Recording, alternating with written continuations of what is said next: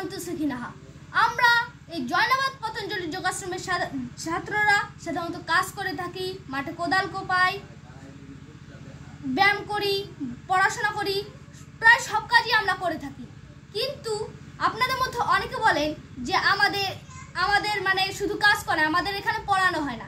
কিন্তু আমাদের যে কাজ করানো হয় কেন সেটা আপনারা জানেন না। কারণ আমাদের এখানে আপনারা দেখতে পাচ্ছেন যে আমাদের 4 কেজি দুধ, দেখুন এই যে 4 কেজি দুধ কিন্তু আমাদের দেওয়া হয় খাওয়ার জন্য। তার জন্যই কিন্তু আমাদের এত কাজ করানো হয়, তার জন্যই। আর অনেকে বলেন যে আমরা কেটলিতে করে দুধ আনতে যাই কেন। এবার দুধটা যদি আমরা খাই তাহলে আমাদের জন্য কি অন্য কেউ এনে দেবে? দুধটাও নিশ্চয় আমাদেরই আনতে হবে।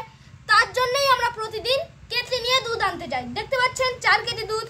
আর এখন আমি আর আমার ভাই বসুমিত্র কিন্তু এই দুধের শরটি খাবো।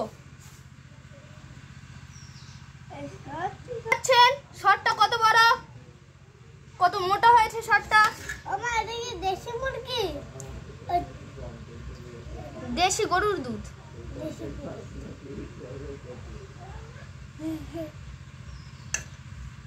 দেখতে পাচ্ছেন কিন্তু কত মোটা সর। আমরা মজার করে খাবো।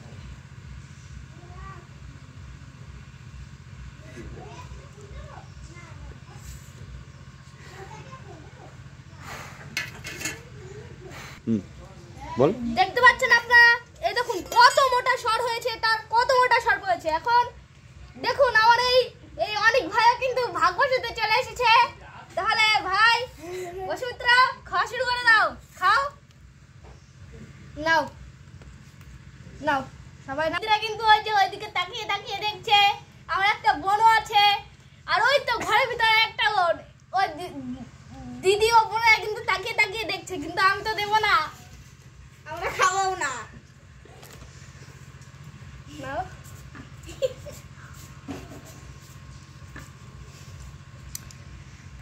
আমাদের একটু পরেই আমাদের আশ্রমে 4 কেজি দুধের পায়েস হবে। আমরা প্রত্যেকেই সে পায়েসটা কিন্তু খাবো।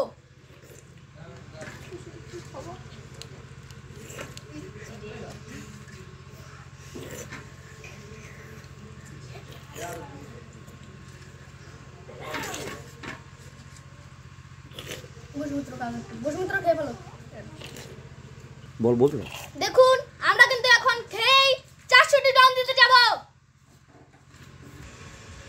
দেখুন আপনারা কিন্তু প্রত্যেকেই 12 জানুয়ারিতে আমাদের জয়নাবাদ পতঞ্জলি যোগাশ্রমে আসবেন ও সকালে এসে আপনারা বিভিন্ন ধরনের যোগ, প্রাণায়াম ও দণ্ড বৈঠক করবেন।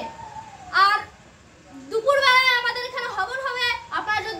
আপনারা যদি পারেন তাহলে সেই হবনের সময়ও কিন্তু থাকবেন। এখন আমরা দেব সাধারণ দণ্ড।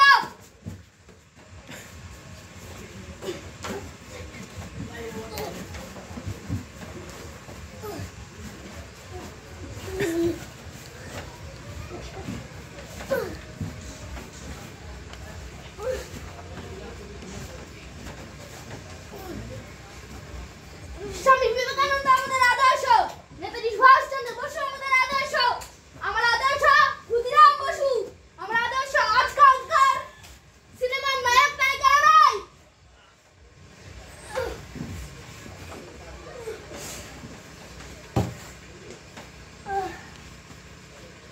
বসুমিত্র দাও। হ্যাঁ,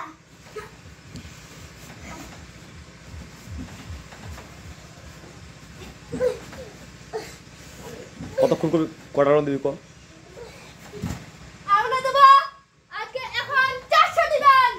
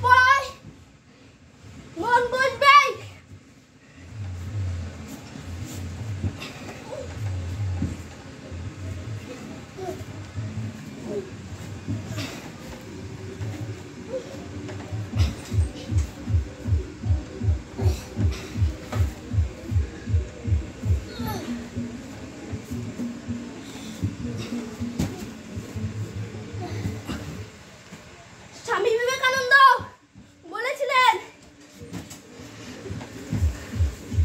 যদি কেউ কোনো শারীরিক পরিশ্রম না করে গীতা পড়ে, তাহলে সেই গীতা পড়ার কোনো লাভ হয় না। প্রথমে শারীরিক পরিশ্রম করো, ফুটবল খেলো।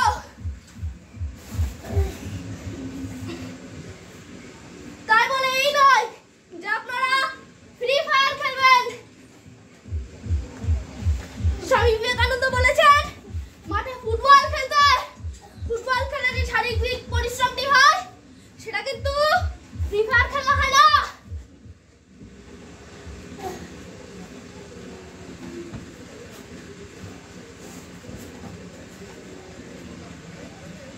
এই ডনগুলি দিলে সাধারণত আমাদের ব্রহ্মচর্য ঠিক থাকবে, আমাদের মেয়েদের দিকে মন যাবে না।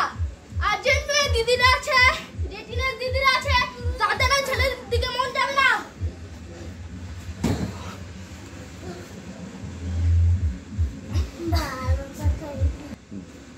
আমার থেকে অনেক বড় বড় মোটা মানুষ আছে, তারা যদি আমার সাথে দন বৈঠক দিয়ে আমার থেকে বেশি দিতে পারে, তাহলে আমি তাকে হাজার প্রণাম করব।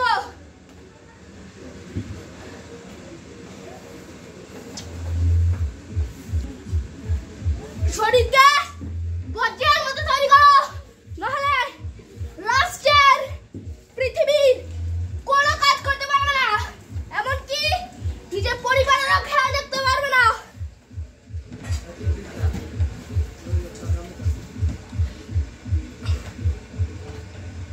আমাদের প্রত্যেকের এখন প্রয়োজন ব্রহ্মচর্য। আপনারা শুধু 1 মাস ব্রহ্মচর্য রাখুন, দেখবেন তারপর যদি আপনারা একবারও ব্রহ্মচর্য নষ্ট করেন, আপনাদের ভালো লাগবে না ব্রহ্মচর্য নষ্ট করতে। শুধু 1 মাস।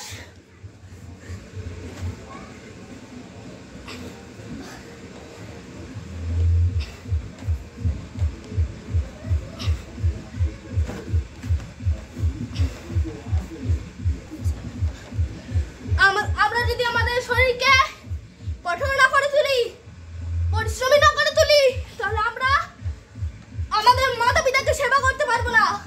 আর আমাদের পৃথিবীতে আসার কারণই হলো সেবা।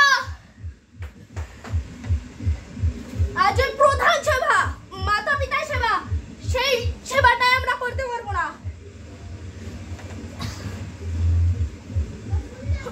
আর নিজের শরীরকে কঠোর করতে হলে আপনাদের ডন বৈঠক করতেই হবে।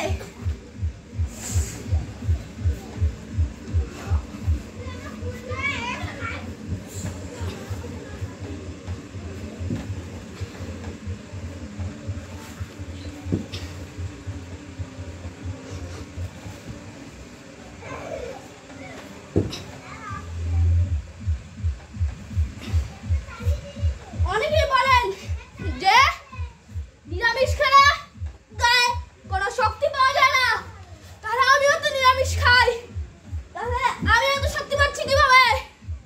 কারণ আমি কঠোর, আমি পরিশ্রমী।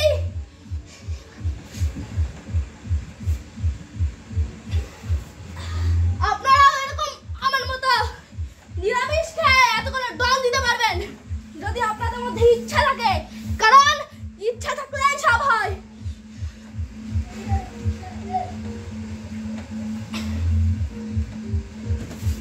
দেখুন